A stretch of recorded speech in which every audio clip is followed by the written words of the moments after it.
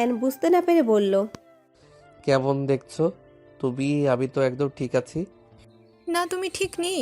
সকাল থেকে ফোন করছি, ফোন তুলছো না, হঠাৎ করে উধাও হয়ে যাও। সমস্যা কি তোমার? আমাকে ইগনোর করছো? যুবতী পার্কে ফারজানা আর আয়ানের তুমুল ঝগড়া চলছে। ফারজানা অভিযোগ আয়ান নাকি তাকে ঠিকমতো টাইম দেয় না, কল ধরে না, ইগনোর করে। ঝগড়ার এক পর্যায়ে ফারজানা বলেই ফেলল, নাকি তোমার ওই মেয়েটার সাথে সম্পর্ক হয়ে গেছে আয়ান? মেনে নিয়েছো তুমি ওকে, তাই না? Shut up Farzana, just shut up. What do you mean? আমি বেকার নই ফারজানা, আমাকে অফিস করতে হয়। বসে বসে সারাদিন কথা বলার মতো ফালতু টাইম নেই আমার। আর আমি 20 বছরের কলেজ পড়ুয়া নই। বাস্তবতা বুঝতে শেখো ফারজানা, তুমি একদম কথা ঘোরাবে না। আচ্ছা আমাকে একটা কথা বলো, তুমি কাল সারা রাত কোথায় ছিলে? কাল রাতে তো কল করেছিলাম তোমায়, ধরনি কেন? ফারজানা একটু থতমত খেলেও শক্ত হয়ে বলল, প্লিজ আয়ান, তুমি এসব বিষয়ে আমার সাথে মাথা ঘামাতে এসো না। I am not your wife. আমি তোমার গার্লফ্রেন্ড। আমি তোমার বউ হলে তুমি এসব বিষয়ে কথা বলতে পারতে। আয়ান একটু এগিয়ে গিয়ে চোয়াল শক্ত করে বলল, কি বলতে চাচ্ছ খোলাখুলি বলো। ভালো করেই জানো যে প্যাচ মার্কা কথা আমি পছন্দ করি না। তুমি আমায় বিয়ে করবে কবে? উত্তরের জন্য অপেক্ষা করছে ফারজানা। আয়ান কিছুক্ষণ সন্ধিয়ান চোখে তাকালো, তারপর বলল, তুমি হঠাৎ বিয়ের জন্য এত তাড়াহুড়া করছো কেন? ফারজানা একটু আশেপাশে তাকিয়ে বলল, আয়ান, আমি তোমাকে ভালোবাসি। ওই মেয়েটা তোমার বাড়িতেই থাকে, ভয় হয় আমার। আয়ান ভ্রু কুঁকচে বলল, তো কিসের ভয়? না মানে, তুমি যদি ওই মেয়েকে... আমাকে তোমার এমন মনে হয়? আচ্ছা শোনো, আমি... তুমি আমাকে ভালোবাসো কিনা সেটা বলো। আয়ান গম্ভীর হয়ে বলল। হুম, বাসি। ফারজানা খুশিতে গদগদ হয়ে বলল, তাহলে তাড়াতাড়ি বিয়ের ব্যবস্থা করো, বিয়ে করব আমরা খুব তাড়াতাড়ি। আয়ান এবার রাগের চূড়ান্ত পর্যায়ে পৌঁছে বলল, আদ্রিকাকে ডিভোর্স না দিয়ে আমি তোমাকে কিভাবে বিয়ে করব? আজব। আইন অনুযায়ী ওকে তো আগে ডিভোর্স দিতে হবে অন্তত। আর 2 মাস সময় তো লাগবেই। আর আমি তো এমনিতেই আজ উকিলের কাছে যাব বলেছি। ফারজানা তাচ্ছিল্য হেসে বলল, আদ্রিকা? এখনও কি নাম ধরে ডাকা শুরু করেছো? বাহ! ফারজানা, আমার মেজাজ খারাপ করো না। সবই বুঝতে পারছি। এখন তুমি দুই নৌকায় পা দিয়ে চলতে চাও, তাই তো?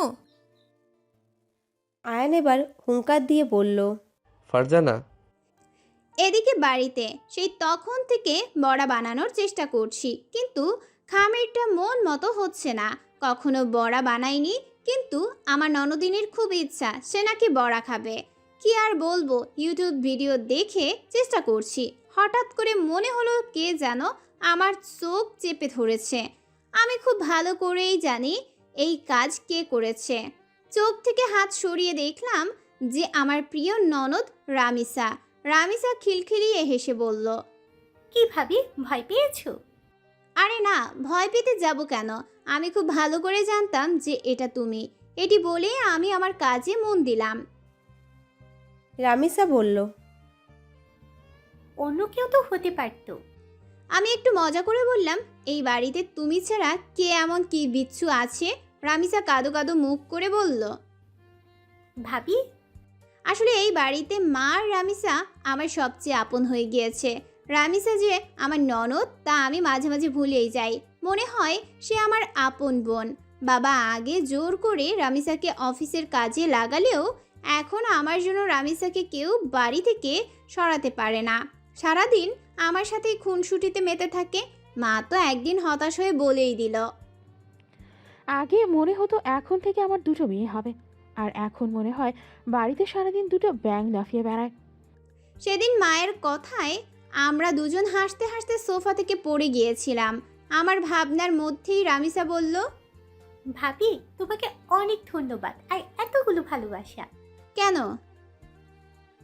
রামিসা অসহায় মুখে বলল, কারণ কতদিন থেকে মাকে বলছি যে বড়া বানিয়ে দাও, কিন্তু মার নাকি সময় নেই। আর ভাইয়াকে বাইরে থেকে আনতে বলে ভাইয়া শক্ত হয়ে বলে। আমি মুচকি হাসলাম। পরক্ষণেই একটু অসহায় মুখে বললাম, রামিসা, আমি আগে কখনো এসব বানাইনি। খেতে খুব একটা ভালো হবে বলে মনে হয় না। খেতে পারবে তুমি? ভাবি, তুমি যেমনই বানাবে আমি তেমনই খাবো, কোনো সমস্যা নেই। আমি বললাম, রামিসা মাকে বলি, তাহলে আমাকে শিখিয়ে দিবে, আমি আরো ভালো করে বানাতে পারবো। রামিসা চমকে উঠে বলল,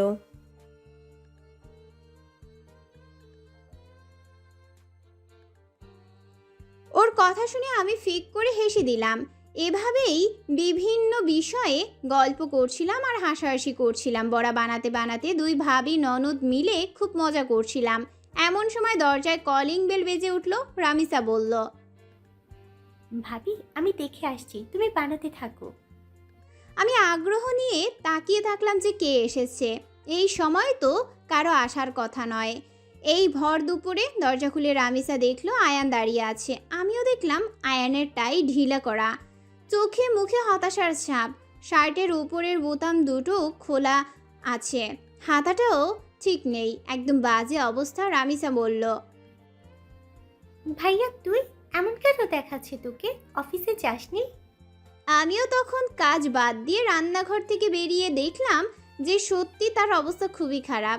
ঘড়ির দিকে তাকিয়ে দেখলাম 2টো বাজে। এই ভর দুপুরে তো তার আসার কথা নয়।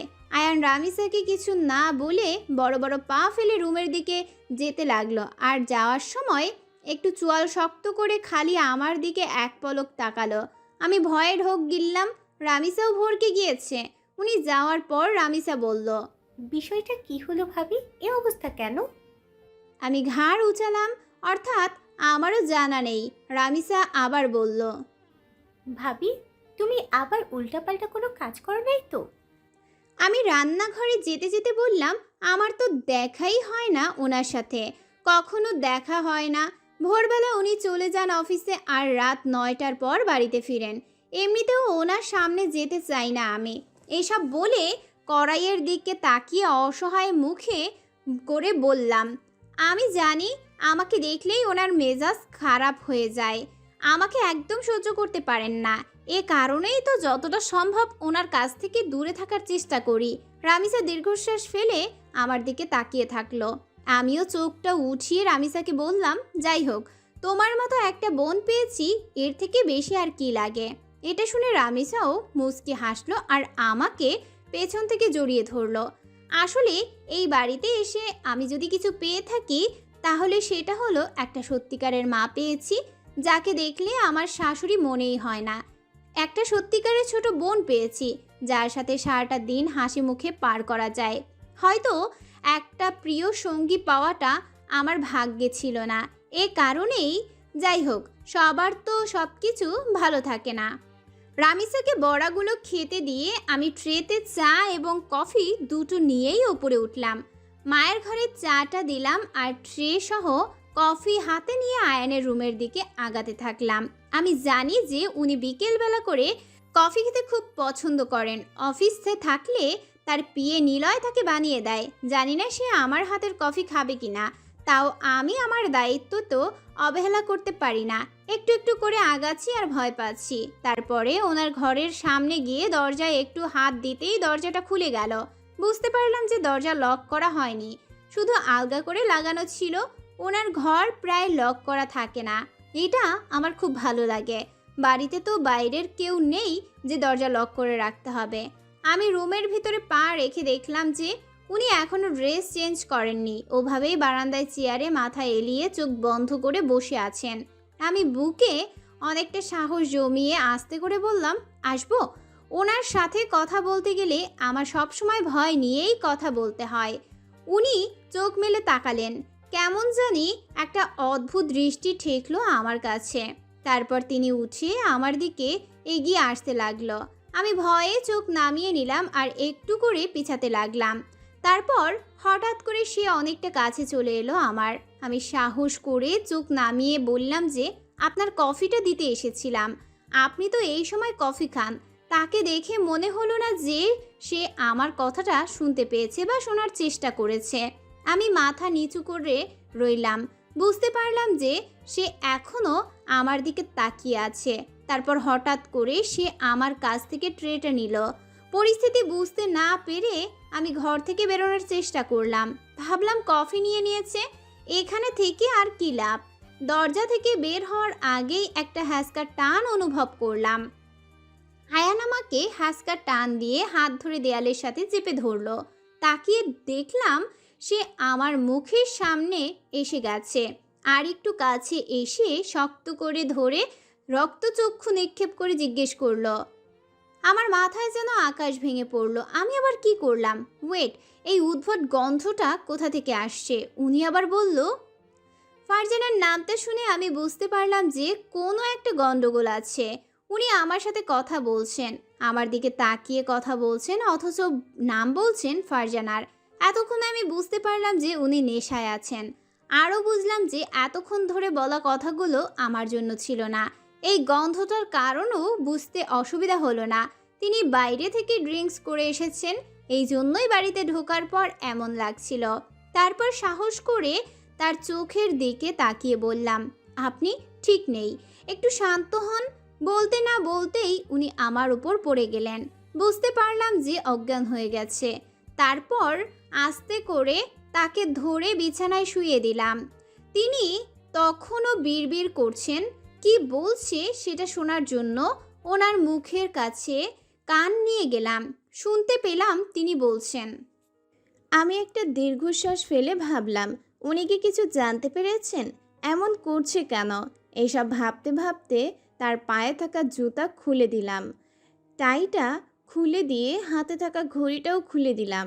এরপর তার দিকে তাকালাম আর ভাবলাম, শার্টটা তো একদম নোংরা হয়ে গেছে, অ্যালকোহলের গন্ধ আসছে, এটা কি খুলে দেব? পরে ভাবলাম, না, উনি যদি জানতে পারে আমি ওনার জামা কাপড় খুলেছি, বিষয়টা ভালোভাবে নেবেন না। আমাকে ঘাড় ধাক্কা দিয়ে বাড়ি থেকে বের করেও দিতে পারে।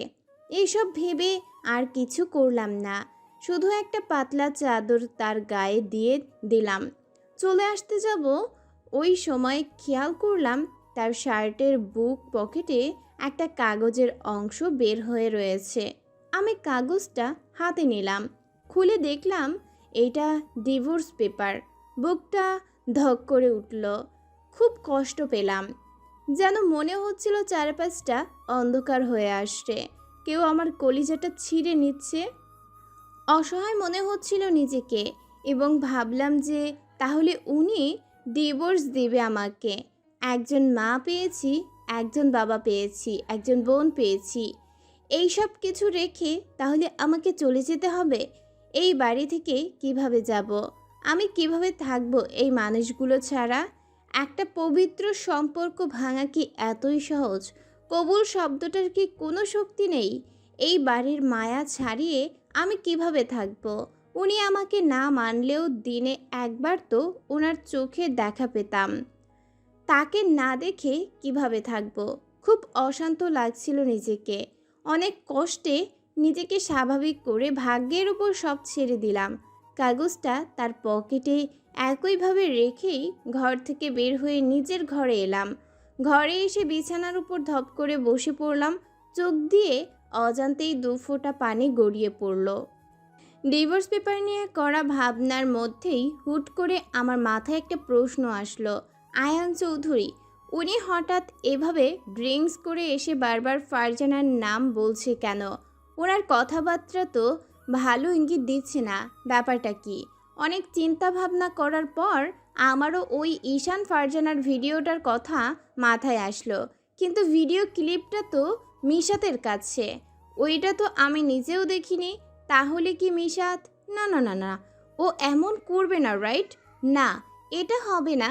এত টেনশন আর নিতে না পেরে আমি মিশাতকে কল করলাম। হ্যাঁ আদু বল। আমি একটা ঢোক গিলে বললাম, মিশাত তুই মানে ওই ভিডিওটা কোথায়? মিশাত টেনে টেনে বলল, কোনটা? ফারজানার ওই রোমান্টিক ভিডিওটা? আমি চোখ বন্ধ করে নিজেকে শান্ত করার চেষ্টা করে বললাম, হ্যাঁ, কোথায় ওটা? আমার কাছেই। মিশাত শোন, উনি একটু আগে ড্রিঙ্কস করে বাড়িতে ফিরে এসেছেন আর ফারজানাকে উদ্দেশ্য করে কি জানি বলছেন। আমার মনে হয় উনি হয়তো আমাকে শেষ করতে না দিয়েই মিশাত বলল, বাহ, জ্যৈষ্ঠ মেডিসিন কাজ করছে তাহলে। আমি চমকে গিয়ে বললাম, মানে কি বলছিস তুই এইসব? মিশাত একদম গাছাড়া ভাবে বলল। কিছু না, ফরগেট ইট। আমি চেঁচিয়ে বললাম, নো, আই কান্ট ফরগেট। কি করেছিস তুই? সত্যি করে বল মিশাত, হোয়াট ডিড ইউ ডু? আমি এবার কেঁদেই ফেললাম আর কাঁদতে কাঁদতে বললাম, কি করেছিস তুই? হ্যাঁ, কি করেছিস বোন? সত্যি করে বল না। ওই বদরাগী লোকটা অমন করে কেন ওইসব বলছিল? কেন ওই মানুষটা এমন ছন্নছাড়া হয়ে বাড়িতে এসে আজ কেন উনি? আমি এইবার খুব জোরেই কেঁদে দিলাম। মিশাত রেগে বলল, কাঁদছিস কেন তুই আজব? কান্না বন্ধ কর আদু, তোর কান্না আমি এমনিতেই সহ্য করতে পারি না। সামনে থাকলে কানে নিচে দিতাম দুটো। আমি চোখের পানি মুছে বললাম, মিশাত প্লিজ সত্যি করে বল, কি করেছিস? আমি নিশ্চিত যে তুই কিছু করেছিস। মিশাত ফোঁস করে শ্বাস ছেড়ে বলল, আচ্ছা শোন, ফারজানার ওই ভিডিওটা আয়ান চৌধুরীর কাছে সযত্নে পাঠিয়ে দিয়েছি, ব্যাস এতটুকুই। এইটা শুনে আমি বাকশক্তি হারিয়ে ফেলি। চিৎকার দিয়ে বলি, কি? কি করেছিস তুই? এটা কি করেছিস? পাগল হয়ে গেছিস তুই? তুই কি আমায় মেরে ফেলতে চাস? তোকে আমি এটা করতে মানা করেছিলাম মিশাত, তোকে আমি বারবার মানা করেছিলাম। প্লিজ আদ্রিকা, অনেক হয়েছে, ইটস এনাফ। আর না, আমি তোর কষ্ট আর সহ্য করতে পারছি না। এসব নাটকের একটা বিহিত প্রয়োজন ছিল। আর তাছাড়া একদিন না একদিন উনি তো। কিসের বিহিত? কিচ্ছু প্রয়োজন ছিল না, কিচ্ছু না। আমি তোকে বলেছিলাম যে উনি সহ্য করতে পারবে না, ভেঙে পড়বে। এটা করে আমার কি লাভ হলো বল? কি লাভ হলো আমার? কোনো লাভ নেই। বরং তুই উল্টো ওনাকে কষ্ট দিলি, ওনাকে একদম ভেঙে চুরমার করে দিলে, যেটা একদম ঠিক করিসনি মিশাত। আমি আমি আজকে থেকে তোর সাথে আর কথা বলবো না। তুই আমাকে আর কল করবি না, বাই। মিশাতকে কিছু বলতে না দিয়ে অনেক রেগে মেগে ফোনটা কেটে দিয়ে বিছানায় ছুঁড়ে ফেললাম। আমি এখন কি করব? হায় আল্লাহ, মিশাত সত্যিই ঠিক করেনি। হঠাৎ কেউ পেছন থেকে ডেকে উঠল। ভাবি, পিছনে ঘুরে দেখলাম রামেশা দাঁড়িয়ে আছে। ভয় পেয়ে মনে মনে ভাবলাম, তাহলে কি রামেশা সব শুনে ফেললো? ও কি আমায় ভুল বুঝবে? আমি চোখের সামনে পানি মুছে কাপা কাপা কণ্ঠে বললাম, আরে রামিসা, কি হয়েছে? ঘরে এসো। ভাবি, তোমার বন্ধুর ভাইয়ার সাথে কি করেছে? আমি একটু থমকে দাঁড়িয়ে রইলাম আর ভাবলাম লুকিয়ে কোনো লাভ নেই। তারপরে রামিসাকে বললাম, আসলে হয়তো ফারজানার সব কুকিরটি তোমার ভাই জানতে পেরে গেছে। কারণ একটা সেই রকম ভিডিও আমার বন্ধু তোমার ভাইকে পাঠিয়েছে, তাই। আর এই কারণে তোমার ভাই অমনভাবে বাড়িতে ফিরেছে। ভেবেছিলাম রামিসা হয়তো কষ্ট পাবে, অথবা ওনাকে কষ্ট দেওয়ার জন্য আমার উপর রাগ করবে। কিন্তু আমাকে ভুল প্রমাণ করে রামিসা দৌড়ে এসে আমাকে জড়িয়ে ধরলো আর খুশিতে লাফিয়ে বলল, ভাবি, আমার কিউট ভাবি, অনেক ধন্যবাদ। এতদিন একটা ভালোর কাজ করতে পেরেছো। I am proud of you. অনেক খুশি আজকে আমি। আমি আগে রামিসার দিকে তাকিয়ে দুবার চোখের পলক ফেললাম। এরপর বললাম, এসব কি বলছো তুমি রামিসা? তোমার ভাই কষ্ট পেয়েছে আর সেজন্য সে আমার জন্যই। আর তুমি আমাকে ধন্যবাদ জানাচ্ছ? রামিসা আমাকে ছেড়ে দিয়ে একটু এগিয়ে গম্ভীর কণ্ঠে বলল, ভাবি, তুমি জানো না তুমি কি করেছো? যেটা মামার বাপ্পি 2 বছরে করতে পারেনি, সেটা তুমি চোখের পলকে করে ফেলেছো। হয়তো তুমি ভাবছো যে এই কাজের জন্য আমি তোমাকে কেন বকলাম না, ভাইয়াকে কষ্ট দেওয়ার জন্য না। কারণ ভাবি, একটু ভেবে দেখো তো, এখন যেটা ভাইয়া জানতে পেরেছে, সেটা যদি ভাইয়া ভুলটা করার পর জানতে পারতো, তাহলে কি হতো? মানে? আমি বলতে চাচ্ছি, ভাইয়া যদি ওকে বিয়ে করতো আর এরপর ভাইয়া যদি জানতে পারতো যে ফারজানার এইসব কুকীর্তি করে, আর ভাইয়ার সাথে বিয়ের পর সব সম্পত্তি নিয়ে পালিয়ে যেত, প্রতারণা করতো, তাহলে সহ্য করতে পারতো? আমি ভাবলাম আসলেই রামিসা ভুল বলেনি। পরিস্থিতি চূড়ান্ত পর্যায়ে চলে গেলে কিছু করেও কিচ্ছু হতো না। রামিসা আবার বলল, ভাইয়া এখন যে কষ্ট পাচ্ছে, সে কষ্টটা তখন তার 1000 গুণ বেড়ে যেত। তখন আফসোস করেও কোনো উপায় থাকতো না ভাবি। কিন্তু এখন যেটা হয়েছে সেটা খুবই ভালোই হয়েছে। আমি অনেকটাই অবাক হলাম। রামিসা আমার থেকে খুব বেশি হলে 3 থেকে 4 বছরের ছোট। তাতেই মেয়েটা এত সুন্দর করে বিষয়টা বুঝতে পারলো। এটা আমাকে সত্যি অনেক মুগ্ধ করলো। আমি একটু মজার ছলে বললাম, ননদ আমার হঠাৎ করেই বড়দের মতো কথা বলছে যে। রামিসা চোখ পাকিয়ে মুখ ফুলালো। আমি ফিক করে হেসে এগিয়ে গিয়ে ওর ঘাড়ে হাত দিয়ে বললাম, তুমি অনেক বুদ্ধিমতী জানো। আর আমি এটাও বুঝতে পারছি যে তুমি তোমার ভাইকে কতটা ভালোবাসো।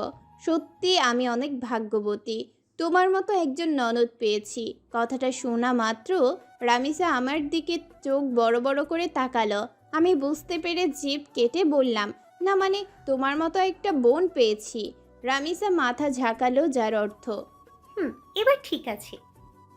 হঠাৎ কিছু মনে হতেই আমি বললাম, রামিসা শোনো, একটা কাহিনী হয়ে গেছে।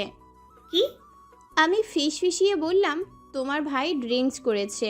রামিসা চেঁচিয়ে বলল, কি? "হুশ, আস্তে। আর এই জন্যই তোমার ভাইকে অমন লাগছিল। সে কি ভাবি, মামার বাপ্পি জানতে পারলে ভাইয়াকে ঝাঁটাপিটা করবে তো। আমি জানি, তাই বিষয়টা ধামাচাপা দিতে হবে, বুঝলে? আমার তোমার হেল্প প্রয়োজন। কি করতে হবে ভাবি, বলো। আমি একটু অস্বস্তি নিয়ে বললাম, তোমার ভাইয়ের গায়ের শার্টটা শুধু খুলে দিতে হবে। শার্টে অনেক অ্যালকোহলের গন্ধ আসছে। তুমি শার্টটা চেঞ্জ করে দিলে আমি ওটা ধুয়ে দিতাম। রামিসা ভুরু কুচকে বলল। এই কাজ তো তুমি নিজেও করতে পারো ভাবি। আমি খুক খুক করে কেসে উঠলাম আর মনে মনে ভাবলাম, এই মেয়েকে আমি কেমনে বুঝাবো যে আমি আবারও হার্ট অ্যাটাকের সম্মুখীন হতে চাচ্ছি না। ওইবার ওনাকে উদাম হয়ে খালি গায়ে দেখে মরতে মরতে বেঁচে ফিরেছি আমি। আমার বাবা বাঁচার অনেক শখ, নাতি নাতনির মুখ দেখা বাকি। এইসব মনে মনে ভাবলেও মুখে বললাম, না মানে তোমার ভাই দুপুরে খেয়েছে কি না কে জানে। আমার মনে হয় খায়নি। তুমি শার্ট চেঞ্জ করে দাও, আমি বরং খাবার রেডি করি। এটা বলেই আমি দৌড়ে ঘর থেকে বেরিয়ে এলাম। রামিসা চেঁচিয়ে বলল, কিন্তু ভাবি, ভাইয়া তো জ্ঞান হারিয়ে ফেলেছে, খাবি কিভাবে? আমিও সিঁড়ি দিয়ে নামতে নামতে জোরে বললাম, লেবু পানি খাইয়ে বমি করাবো তোমার ভাইকে, তাহলে জ্ঞান ফিরবে। আমি ওনার শার্টটা ভালো করে ধুয়ে ছাদে মেলে দিচ্ছি, আর রামিসা চিলেকোঠার দরজায় দাঁড়িয়ে বকবক করছে। তার মতে তার ভাইকে আজকে জাগানো যাবে না, নতুবা সে রেগে যাবে। আজ বিশ্রাম নিক, একদম কাল সকালে উঠুক। আমি তৃতীয়বারের মতো বললাম, আরে বাবা, উনি তো দুপুরে খাননি। 2 বেলা না খেয়ে থাকবে কিভাবে? খেয়ে দিয়ে আবার ঘুমোবে। সমস্যা কি? আমাদের কথার মধ্যেই আমার ফোনটা বেজে উঠল। রামিসা ছাদ থেকে নেমে চিল্লিয়ে বলল, ভাবি, তোমার ফোন। কে? Unknown number. তুমি ধরো। আচ্ছা ভাবি। আমি ছাদে থাকা গাছে পানি দেওয়া শুরু করলাম। রামিসা ছাদে উঠতে উঠতে কলটা ধরল। হ্যালো, কে? আসসালামু আলাইকুম ভাবি। রামিসার যে অপর প্রান্ত লোকটি ভাবি বলাটা পছন্দ হলো না, রেগে বলল। কে বে তুই? আমার ভাবিকে ভাবি বলাস? সাহস তো কম না রে। হিমেল কপাল সংকুচিত হয়ে বলল, এই পটল কেন কল ধরেছে? এই মেয়ে, ভদ্রতা শিখুনি? আমি ভাবিকে কল করেছি, তোমায় না। অন্যের কল ধরো কেন? আমার বেস্ট ফ্রেন্ডের বউকে আমি 1000বার ভাবি বলবো, এটা আমার জন্মগত অধিকার। তাতে তোমার কি? পটলের নানি? পটলের রানী শব্দটা শুনে রামিসা বুঝতে পারল যে এটা কে, তাই বলল, এই ফালতু লোক, আপনি আমার ভাবিকে কেন কল করেছেন? হ্যাঁ, আমার ভাইয়ের মাথাটা খেয়ে হজম হয়নি, এখন আবার ভাবির পিছনে লেগেছেন। এর মধ্যেই আমি ছাদ থেকে নেমে আসলাম আর রামিসা আমাকে বলল, ভাবি, এসব চিকা ফিকা তোমাকে কল করছে কেন, দেখো তো। বলেই আমার হাতে ফোন দিয়ে রামিসা চলে গেল। আমি ফোনটা কানে ধরে বললাম, হ্যালো। হিমেল এইবার অশুভ মুড থেকে খুব ভদ্রতে রূপান্তর হয়ে বলল, আসসালামু আলাইকুম ভাবি, আমি হিমেল। আমাকে মা আগেই ওনার কথা বলেছিলেন, তাই চিনতে পেরে আমি বললাম, ও আপনি? জি ওয়ালাইকুম আসসালাম। কেমন আছেন? আলহামদুলিল্লাহ ভাবি, আপনি কেমন আছেন? আলহামদুলিল্লাহ, আমিও ভালো আছি। ভাবি ফ্রি আছেন? আসলে একটু কথা ছিল। ঈশান কোথায় তুমি? না কিছু হয়নি। আসলে দুপুরে আয়ানের সাথে ঝগড়া করেছি, প্ল্যান অনুযায়ী বিয়ের জন্য চাপ দিয়েছি। ভিডিও সংক্ষিপ্ত কোনো ও কিছুই ফারজানা জানে না। ফারজানার সাথে ঝগড়া করে অফিসে যাওয়ার পথে আয়ান ভিডিওটা পেয়েছে, তাই ফারজানা এখনও আসন্ন ঝড়ে সম্পর্ক অবগত নয়। আমার উপর রাগ দেখিয়েছে, তবে আজকে অজুহাত দেখিয়ে 3 লাখ টাকা নিতে পেরেছি। তুমি কালকে সকালে আমার সাথে রেস্টুরেন্টে দেখা করো, তখন বাকি কথা হবে। প্লিজ রামিসা, বোন আমার এমন করে না। আমি পারবো না, আমার দ্বারা হবে না। তুমি যাও প্লিজ। না ভাবি, কোনো কথা শুনবো না আমি, তুমি যাবে ব্যাস। রামিসা চক করে এক মহা ঝামেলায় পড়েছি। তখন রামিসা ওনার শার্ট চেঞ্জ করে ফ্রেশও করিয়ে দিয়ে এসেছে, তাই আমি আর ও ঘরে যাইনি। তবে এখন ওনার খাবার রেডি করেছি, তাই ওনাকে লেবু পানি খাওয়ানো প্রয়োজন, তাহলে বমি হবে আর জ্ঞান ফিরবে। কিন্তু এই কাজ রামিসা আমাকে দিয়েই করাবে। রামিসা প্লিজ। I'm sorry. দেখো ভাবি, শুধুমাত্র তোমার চোরাচুরিতে ওই সময় তোমার স্বামীর কাপড় চেঞ্জ করে দিয়েছি। এখন আর এগুলো করতে পারবো না, এগুলো তোমার দায়িত্ব, তুমিই করবে। আমি ভুরু কুচকে বললাম, আমার স্বামী তোমার কি হয়? বড় ভাই, আমার হ্যান্ডসাম গরিলা ভাইয়া। আমি কিছু বলতে উদ্যত হলে রামিসা আবার বলল, কিন্তু সবার আগে সে তোমার স্বামী। যাও ভাবি, নিজের দায়িত্ব পালন করো, টাটা। বলেই রামিসা হেলতে দুলতে নিজের ঘরে চলে গেল। আমাকে কিছু বলার সুযোগও দিল না। আমার এক হাতে খাবারের প্লেট, আরেক হাতে লেবু পানি। এখন আমাকেই ওই জমের ঘরে যেতে হবে, কোনো উপায় নেই। একটা দীর্ঘশ্বাস ফেলে আমি ওনার ঘরে পা রাখলাম। ওনার ঘরে আস্তে করে ঢুকলাম। ওমা ম্যাজিক, বিছানা খালি। কেমনে কি বিছানা খালি কেন? উনি কি তাহলে উঠে পড়েছেন? কিন্তু লেবু পানি ছাড়া জ্ঞান ফিরল কিভাবে? খেয়াল করলাম বারান্দার গ্লাস খোলা। আমি প্লেট গ্লাস হাতে নিয়েই বারান্দায় গেলাম। দেখলাম উনি গ্রিল দিয়ে নিষ্পলক চাহনিতে বাইরে তাকিয়ে আছেন, যেন পুরো শহর পর্যবেক্ষণ করছে। আমার উপস্থিতি মনে হয় উনি বুঝতে পারেনি। নিজের উপস্থিতি বোঝাতে আমি একটু কাশলাম। উনি প্রাণহীন চোখে আমার দিকে তাকালো। খুব মায়া লাগলো আমার। আমি কিছু বলার আগেই উনি গম্ভীর হয়ে বললেন, কি চাই? আমার খুব করে বলতে ইচ্ছা করছিল যে আপনাকে চাই, শুধুমাত্র আপনাকে, আর কিচ্ছু চাই না। এই জীবনে আর কিচ্ছু চাওয়ার নেই, কিচ্ছু না। কিন্তু এই কথাগুলো মনেই আটকে থাকলো, গলায় আর আসলো না। আমি খাবারের দিকে তাকিয়ে বললাম, দুপুরে কিচ্ছু খেয়েছেন কিনা? একটু খেয়ে নিন, খাবার এনেছি। উনি আমার কথা পাত্তা না দিয়ে গ্রিল দিয়ে বাইরে তাকিয়ে বললেন, আমার শার্ট কে খুলেছে? আমি ফট করে চোখ তুললাম আর বললাম, রামিসা, আসলে আমি চেঞ্জ করে দিতে বলেছিলাম।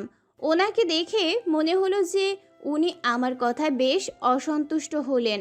ওভাবেই তাচ্ছিল্যে বললেন, খাবারটা রামিসাকে দিয়েই পাঠালে না কেন আবার? আমি একটু চমকে গেলাম। উনি কি আমাকে অপমান করছে? তাহলে কি আমি শার্ট চেঞ্জ করলে উনি কিছুই মনে করতেন না? উনি আমার হাতে থাকা গ্লাসের দিকে তাকিয়ে বললেন, এটা কি দেখতে এমন কেন? পানি তো মনে হয় না। ও এটা এটা লেবু পানি। উনি নাক কুঁচকে বললেন, এই ফালতু জিনিসটা কেন এনেছো?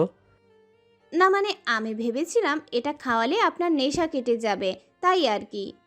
আমি মদ টদ এসব খাই না, আজই প্রথম ছুঁয়েছি, তাই নেশা হয়ে গেছে, কিন্তু বেশি খাইনি।